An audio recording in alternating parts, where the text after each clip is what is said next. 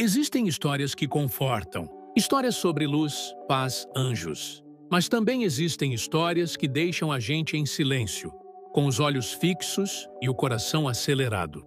Relatos que fazem a pergunta que ninguém gosta de fazer: e se o inferno for real? O nome dele era Felipe. Tinha 27 anos, era saudável, morava sozinho, não seguia religião nenhuma, não pensava sobre o que vem depois. Para ele, a morte era só um fim e nada mais. Mas isso mudou numa madrugada comum, quando sofreu uma parada cardíaca repentina em casa. Quando os paramédicos chegaram, o coração dele já tinha parado. Fizeram tudo o que podiam e conseguiram trazer Felipe de volta. Mas o que ele contou depois foi o que deixou a equipe inteira sem saber como reagir. Ele acordou com os olhos arregalados, a pele pálida e as mãos tremendo. Ficou em silêncio por quase 2 minutos, apenas encarando o teto. Depois, disse baixinho: não era escuro, era um lugar que engolia tudo, até o que eu sentia. Felipe descreveu o que viveu enquanto esteve desacordado. Segundo ele, não acordou em um lugar com fogo. Não viu demônios, mas sim, uma espécie de vazio vivo. Era como cair em um espaço sem fim, onde não existia chão, não existia parede, não existia ar, apenas escuridão e o som de uma respiração enorme, que não era dele. Ele disse que, a princípio, pensou que estava sonhando, mas quando tentou gritar, percebeu que não tinha voz. Tentou correr, mas seu corpo não se movia.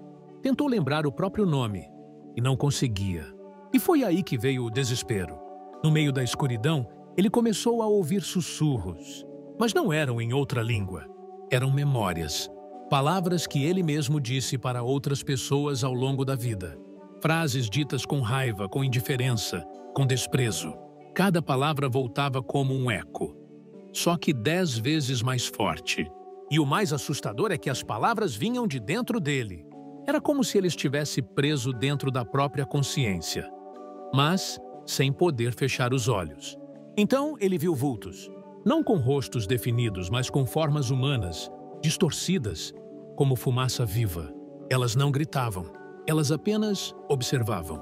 Felipe disse que a pior parte não foi ver aquelas presenças, mas perceber que, de alguma forma, ele era como elas. Preso, esquecido, invisível para tudo, até para Deus. Nesse momento ele tentou rezar, mas não conseguia lembrar uma única oração. E foi então que uma presença maior se aproximou. Não falava, não tocava, mas era como uma sombra que apagava tudo em volta. Uma sombra tão densa que parecia engolir o pouco de consciência que restava. E foi nesse instante que ele sentiu como se estivesse sendo puxado para cima, com força. A luz voltou de repente, como um flash, e ele acordou na maca da ambulância, com um dos socorristas dizendo: "Ele está de volta!" Felipe passou semanas em choque. Começou a estudar espiritualidade, não por fé, mas por medo. Porque, segundo ele, o que viveu não foi um sonho, foi um lugar real, onde ele sabia que, se tivesse ficado mais um pouco, jamais voltaria. O segundo testemunho é de uma mulher chamada Letícia. Ela tinha 34 anos quando passou por uma complicação grave durante uma cirurgia simples. O que deveria ser um procedimento rápido virou emergência.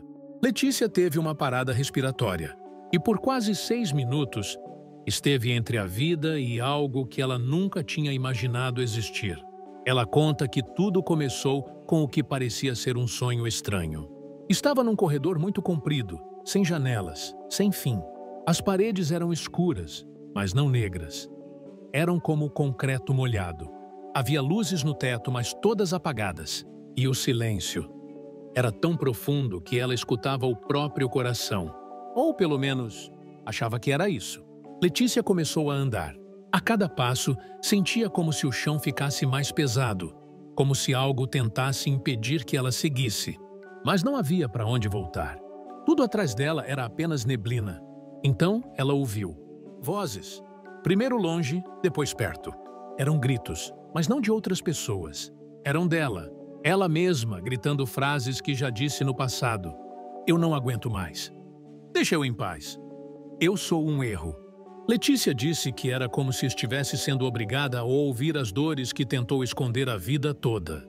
como se alguém estivesse cavando fundo na alma dela e jogando tudo para fora de uma vez. Ela tentou correr, mas o corredor se esticava. Quanto mais corria, mais distante ficava de qualquer saída. E foi aí que ela percebeu. Não havia fim. Aquele lugar não era feito para terminar. Era um espaço onde as pessoas caminhavam sem parar, revivendo seus piores momentos, como se estivessem presas dentro da própria culpa. Letícia se jogou no chão, desesperada, mas o chão cedeu. Ela caiu num vazio gelado, sem vento, sem forma, e por um momento pensou que aquele era o fim. Mas então, tudo ficou branco. Não brilhante, não caloroso, apenas branco. E alguém sussurrou: "Agora você sabe o que é viver sem perdão." Quando acordou, estava no quarto de hospital. A equipe havia conseguido reverter a parada a tempo, mas Letícia voltou em silêncio. Ficou 3 dias sem dizer nada. E quando finalmente falou, disse apenas: "Não é o fogo que queima lá, é o arrependimento." Desde então, ela mudou tudo. Vendeu a empresa, mudou de cidade, procurou pessoas que machucou, não por medo do castigo, mas porque agora, segundo ela, sabe que há lugares onde a alma pode se perder, não por ter sido julgada, mas por ter se esquecido de amar. O terceiro testemunho é de um adolescente chamado Miguel.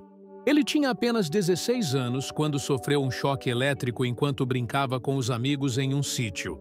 Foi socorrido às pressas. Chegou ao hospital sem batimentos. A família se preparava para o pior. Mas Miguel voltou, aos poucos, com esforço. E quando recuperou a fala, pediu papel e caneta. Não para escrever uma mensagem, mas para desenhar. E o que ele desenhou, ninguém conseguiu esquecer. Ele fez vários pedaços de espelho, todos flutuando no ar, cortados e tortos, como se estivessem rachados de propósito. No centro da folha, desenhou ele mesmo, com os olhos vendados e as mãos sangrando. E escreveu em cima: "Foi isso que eu vi." Quando a mãe perguntou o que aquilo significava, ele disse: "Era como cair num mar de espelhos que me mostravam tudo o que eu tentei esconder." Miguel contou que, durante os minutos em que ficou desacordado, teve a sensação de estar sendo puxado para baixo por uma força invisível. Não caía de forma rápida, mas sim, como se afundasse devagar em algo denso e frio. E quando parou, não havia chão, apenas o reflexo dele mesmo, por todos os lados. Cada espelho mostrava uma cena diferente. Algumas ele lembrava, pequenas mentiras, situações em que ficou calado enquanto o outro sofria, palavras cruéis que falou só para ser engraçado. Mas outras ele não reconhecia. Eram sentimentos escondidos, raiva que ele nunca admitiu sentir, vergonha que nunca contou para ninguém, ódio de si mesmo. Ele tentou fechar os olhos, mas os olhos não fechavam. Tentou se virar, mas tudo era espelho. A sensação era de estar sendo observado por versões dele mesmo, mas versões que pareciam o julgar com um silêncio pesado. Elas não falavam, mas estavam ali, apenas esperando. Miguel disse que, em certo momento, tentou gritar, e sua própria voz respondeu: "Você achou que ninguém via, mas sempre teve alguém vendo?" Essa frase ecoava, rebatendo em cada pedaço daquele lugar. E quanto mais ele tentava fugir, mais os espelhos se quebravam. Os cacos voavam ao redor, mas não feriam o corpo. Feriam a consciência. Ele contou que só começou a subir quando finalmente parou de lutar, quando admitiu para si mesmo quem era, o que sentia e que precisava mudar. Na hora, uma luz apareceu bem ao longe. Não era forte, mas era real. E foi puxado para fora. Acordou na UTI, com o pai segurando sua mão. Desde então, Miguel começou a anotar os erros que comete. Pede perdão sempre que sente que feriu alguém. E diz que não tem medo da morte. Tem medo é de voltar para o lugar onde a verdade não pode mais ser escondida. O nome dela era Verônica. Tinha 42 anos, mãe de 2 filhas, professora de literatura, uma mulher tranquila e reservada. Nunca se envolveu com religião, mas gostava de acreditar que depois da morte viria descanso. Nunca esperava ver o que viu, nem sentir o que sentiu. Verônica passou mal durante uma madrugada. O coração parou por 4 minutos, e durante esse tempo, ela diz que esteve em um lugar que nunca mais conseguiu esquecer. Ela conta que tudo começou com um corredor escuro, como em muitos outros relatos. Mas o que havia lá dentro era diferente. Ela ouvia passos atrás de si, mas não via ninguém. Quanto mais andava, mais os passos se aproximavam. Ela começou a correr, mesmo sem saber para onde. E foi nesse momento que as vozes começaram. Vozes finas, outras grossas, mas nenhuma delas humanas. Todas falavam com desprezo, riam, chamavam ela por nomes que ela nunca quis ouvir. Covarde, mentira, farsa. Você sempre soube. Verônica dizia que aquelas vozes não vinham de fora. Elas pareciam vir de dentro das paredes, de dentro dos seus próprios medos. E quanto mais tentava tapar os ouvidos, mais alto ficavam. Ela parou e gritou: "O que vocês querem de mim?" E uma das vozes respondeu rindo: "Nada, você já é nossa." Naquele momento, o chão começou a ceder. Ela caiu em um espaço sem forma. Tudo era escuro, mas com brilhos vermelhos distantes, como brasas se apagando. Ela tentava respirar, mas o ar era quente, grosso, como se estivesse dentro de um lugar que não era feito para a vida. Ela diz que não sentia dor no corpo, mas sentia a alma arder. E foi ali, em silêncio total, que algo aconteceu. No meio da escuridão, ela ouviu seu nome, mas não com raiva, não com zombaria. Alguém disse Verônica, com uma voz suave, firme, diferente de tudo que ela tinha ouvido lá dentro. Era como uma corda jogada num poço. Ela disse que olhou para cima e viu uma luz muito pequena, mas que parecia ter força suficiente para puxar tudo aquilo embora. E naquele instante, ela foi puxada com violência. Acordou com um susto, com o corpo tremendo e a voz falhando, mas chorando como uma criança, como se tivesse renascido. Hoje, Verônica não tenta entender. Ela diz que nunca acreditou, mas que agora não pode mais negar. E que para ela, o inferno não é apenas sofrimento. É a certeza de que você está caindo e que ninguém se importa, até alguém chamar seu nome. O último relato dessa sequência vem de um homem chamado Jonas, um homem que carregava dor demais e decidiu, em um momento de desespero, tirar a própria vida. Mas ele não morreu. Foi encontrado desacordado por um vizinho e levado às pressas ao hospital. Os médicos disseram que ele ficou sem resposta por quase 10 minutos. E quando voltou, a primeira frase que disse foi: "Fecharam a porta atrás de mim." Jonas contou que acordou em um lugar muito escuro, mas não era silêncio total. Dessa vez havia barulho. Muitos barulhos. Passos, correntes, batidas lentas, como alguém socando uma parede com as mãos nuas. Ele estava de pé, mas tudo ao redor parecia distorcido. As sombras se moviam, mesmo sem vento. E no fundo, havia uma porta, grande, feita de ferro retorcido, com símbolos que ele não conhecia.